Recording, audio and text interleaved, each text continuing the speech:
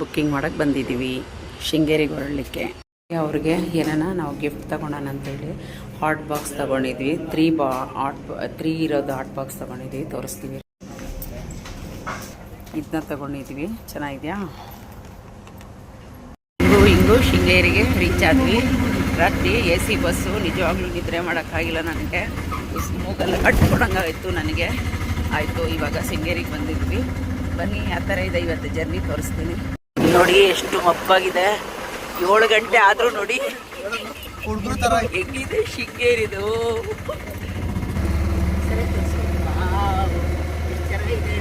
ಮಂಜು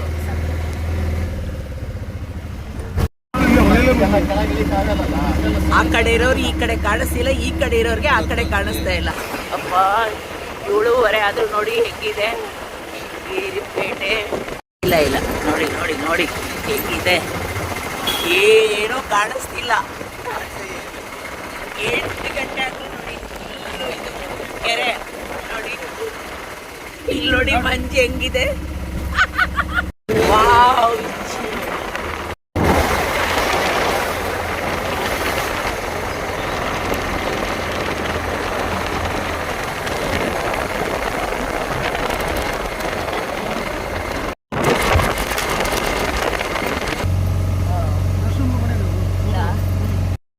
ನೋಡಿ.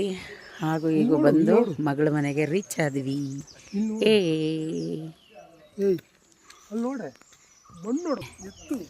ಆಯ್ತಾಯ್ತು.